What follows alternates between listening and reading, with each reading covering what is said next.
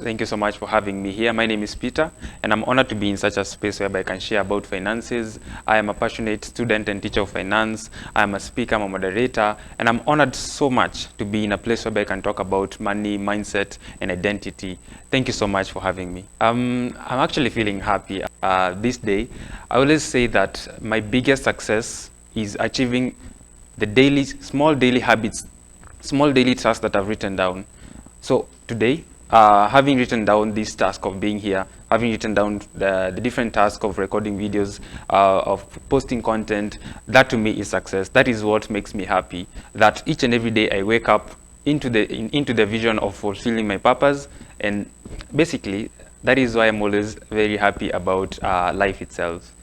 So assume probably as I'm waking up, of course the first thing is praying. I'm a staunch Christian. I love God so much, so much, so much, and I never fear talking about Him. So I always wake up, I pray, and then after praying, I make my bed, and then I sit down and look at what are the daily tasks I'm supposed to do, which I wrote the day before. This can be including, because I am a speaker, I'm a content creator also. I also teach people, so I prepare what I'm supposed to do. Probably if it's content, I write down the type of content I'm supposed to write to make that day. If it's a meeting that I'm supposed to have, I have to, go through it again. If it's a book that I'm supposed to write, I'm supposed to write and also read. I make sure that each and everything is highlighted clearly, so that now as I'm going, I always make sure that every hour is accounted for, be it in school, be it in my workplace, in business, at home. Every hour, I always make sure that it is accounted for everyone. There's a particular book I'm currently writing. It's called The Discipline Blueprint. It's going to be released in the next few weeks, and I have seen that book to be very important, especially in all aspects of different people. Why? Because discipline is the key. Discipline is actually the key to success, and discipline is broken down into different things. If there's discipline in relationships, discipline in finances, discipline in relationship with God, discipline literally everything. So as I'm writing it in an area whereby I can be able to influence the larger aspect of people, the larger, community itself, so that even as I sit down, they can understand that discipline is not just going to the gym. Because why? Why is it that we always see that when you go to the gym, that's the only time they're going to be disciplined? Discipline applies in your everyday life. There is a quote that I always quote, and it says, it's actually by the world record holder Eliud Kipchoge, and it says, the disciplined ones are the ones that are free in life. If you're not disciplined, you're a slave to your moods, you're a slave to your thoughts. Where you wake up, you don't feel like doing something, and then you don't do it. So you're a slave to that thought. But discipline itself is freedom from that, freedom from slavery. So this is one of the books that I'm currently writing. It's going to be released in the next like 2 or 3 weeks, and I want it to be a book that any person can read, be it a student, a person on campus, an adult, so that they can understand that discipline itself is the key to success. And discipline is not a one-time thing, but a process. Really, I have included Eliud Kipchoge many times, many times. I always say, and I've realized that when you start going to the gym, there is a kind of discipline that you'll have to work with. Why? Because you want to grow. Maybe you want to reduce weight. Maybe you want to work on your muscles. Maybe you want to get fit. So there is a vision that you see. Now, going to the gym gives you a better picture of the vision of the person you want to become. Now my question becomes, instead of going just the aspect of the gym, what about your life? That every day when you look at yourself, you can see the person you're supposed to be. And now, this can only apply if you apply discipline. This can only come to pass if you apply the discipline, the small tasks. Now, if you talk about the different people that I've included in my book, I think I've talked about Warren Buffett. He talks about discipline countlessly. I've also included about Warren Buffett right now being the one of the top billionaires currently, and you learn from him the aspect of discipline. With his age, you can see the amount of discipline and the amount of money that he is able to amass within that particular time. There is something that he knows that we don't know. So from him, I learned that discipline is key. That you cannot say you want to reach a particular level and your daily tasks are pushing you further away from that particular person that you want to become. Now, there is also the aspect of the Bible. There is I think it's Luke 14, 16 there, I think 16 or 20, where Jesus was telling them that even before you start building a project, you need to sit down and write. Now that's where budgeting comes in. I always say the Bible itself is the masterpiece and the master plan of money, the master plan of success, the master plan because every principle that is in this world is in the Bible. Be it the law of giving, be it the law of investment. There's a book, I think, even in Ecclesiastes, they talk about investing so much. So God knows how important investing is. So in my book, I've also talked about how God himself, the master builder, helps us to understand how to invest, tells us to understand the discipline that is required for us to reach that particular person that we always dream of.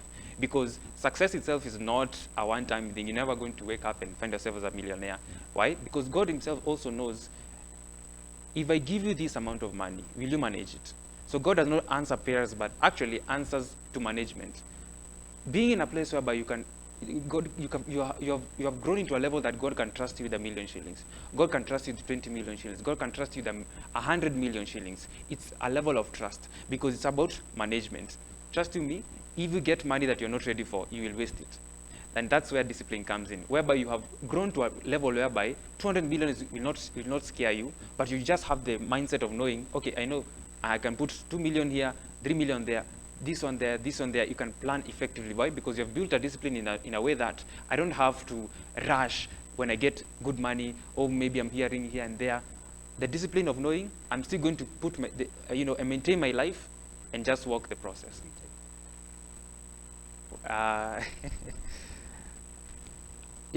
Somebody asked me one time, Ati, how do you use time? How do you spend your leisure time? And that's when I realized I kind of don't have a leisure time. And let me explain. I love what I'm doing. I love what I'm doing. So in a way that I have grown in a level whereby I love it that it by itself is like a leisure. Waking up, doing what I'm supposed to do, that is what I'm so happy. I'm so happy, so anticipative of the day because I know I'm going to do what I love. And I think that's where purpose comes in, whereby I just know who I am and I know that these are the things I need to do. Because I can't wake up and just get angry with myself, or maybe I'm frustrated and frustrated with the day. As long as I know who I am, as long as I know why I'm here, and as long as I know what pushes me each and every day from the bed, that is the thing that makes me enjoy the process. I enjoy speaking, I enjoy encouraging people, I enjoy raising people, I enjoy having meetings. For me, I think that's my leisure in a way.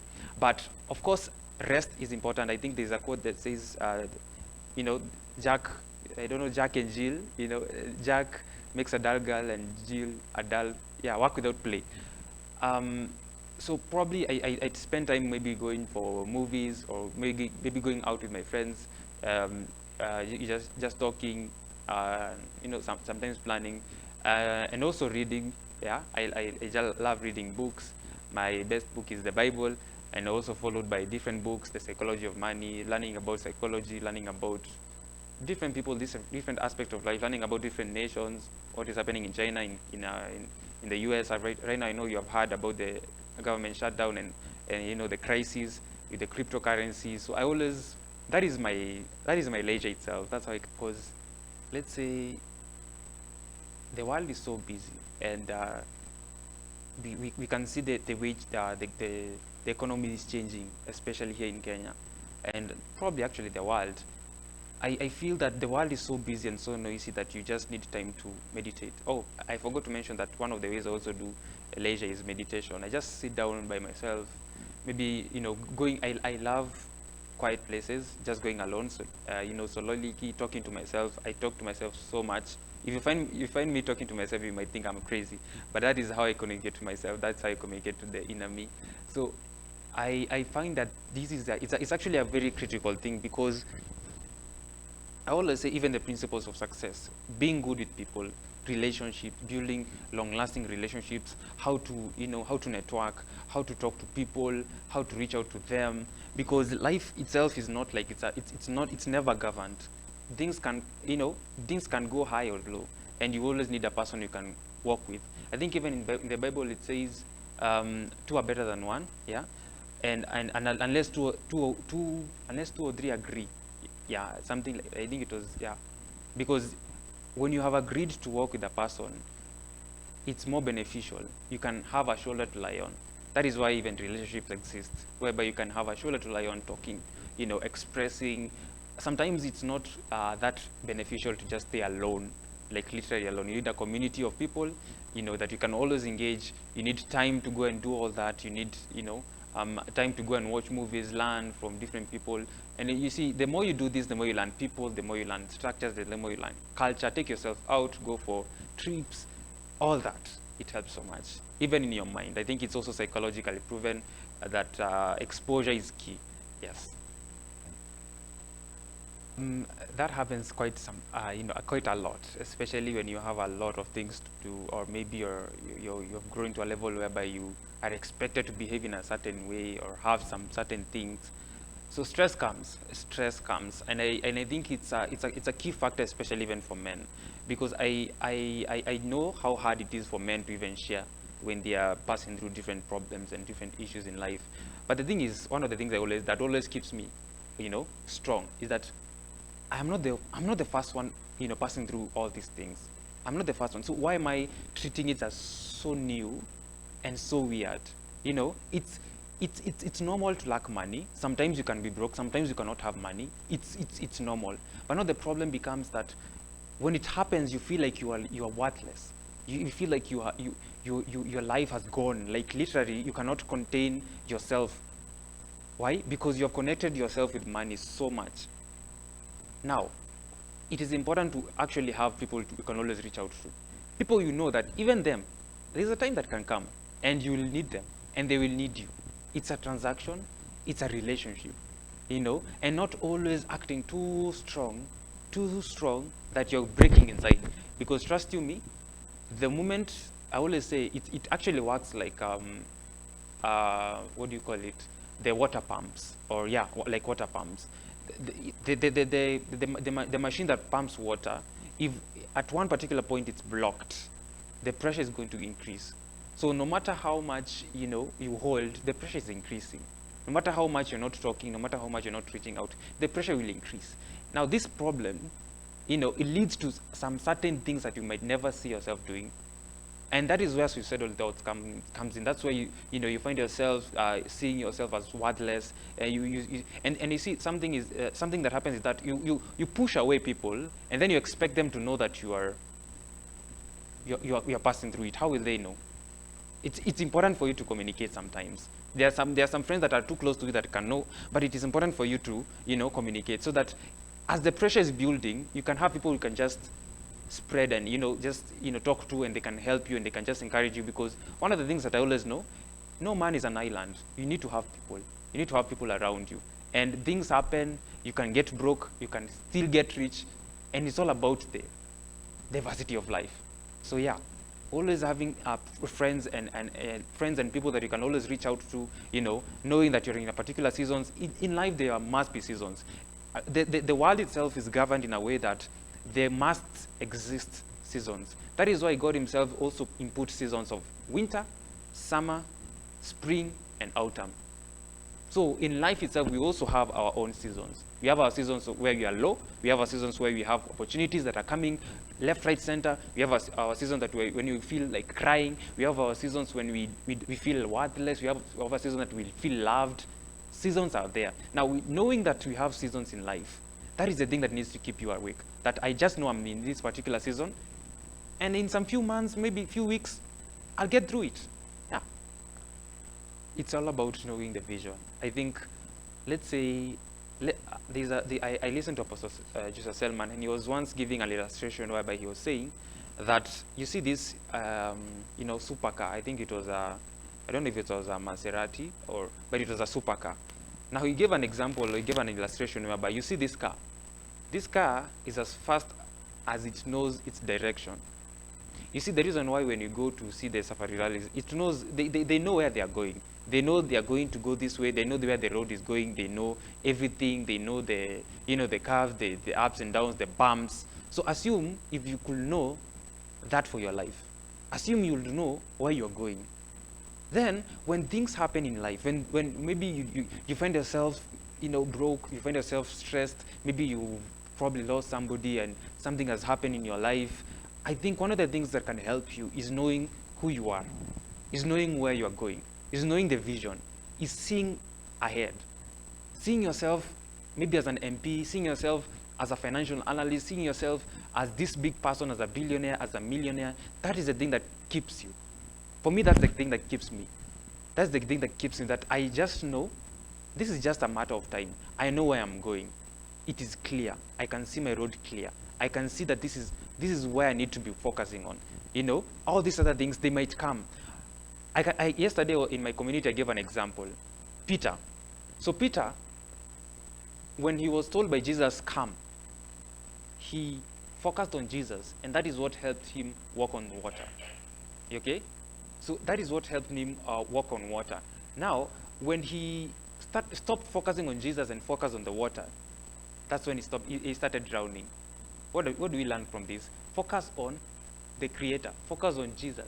Focus on the person who has brought you here. Focus on the vision. If you focus on the problems, it expands. I always say there's a quote that says what you focus on expands. So if you focus on the problem, it will expand. When you focus on the good things, the positive attitudes, that is what's going to expand. So for me, that is how I input. Wow. I've experienced deep challenges, even one of the things I always say, purpose, the best way to identify purpose is through pain. I passed through, a certain type of pain whereby my school fees was affected, and I didn't manage to continue with studies. But at that time, at least God was with me. I was able to get a job. But that thing pained me so much. It pained me so much. Pained me so much that is the reason why I talk about money right now. It pained me so much because I couldn't believe that. It reached a place whereby I could want to commit suicide. Because I was studying in Juja, actually, I'm studying in Juja. There is a flyover there. And every time when I was passing there, because I was going to school and I was like, why, can you give me an opportunity? Please, I can pay this, I can pay this, but they never gave me an opportunity to hear me. Now, that thing really pushed me. And I will say that is the time that you feel that you are alone. That's the time that you're trying to reach out to people, but nobody wants to reach out to you. You're trying to get help, you're trying to, save up, but it's not working. And then I remember passing through the flyover and I was like, I don't even see the sense of life. I don't even see the sense of being here. I've messed up so much. And that can actually come as an encouragement. It happens. Sometimes you feel you've done a lot of mistakes. Man is to error sometimes. So, knowing that you have done this mistake, the biggest thing that you can do that can help you is just acknowledging that you have done it and now moving forward. Moving forward knowing that a mistake is only a mistake, you have not learned from it. That every mistake that you have done, use it as a ladder, as a lesson that will help you to navigate into the next season. So for me, that kept me so down. I've never had so much stress in my life like that particular time, because I couldn't tell my parents, nor could I tell anybody. I was the one struggling myself. So I was like, I don't have anybody to reach out to. And it really pulled me down. And that is one of the key reasons why right now I talk about money. And because I know if it happened to me, then it's happening to a lot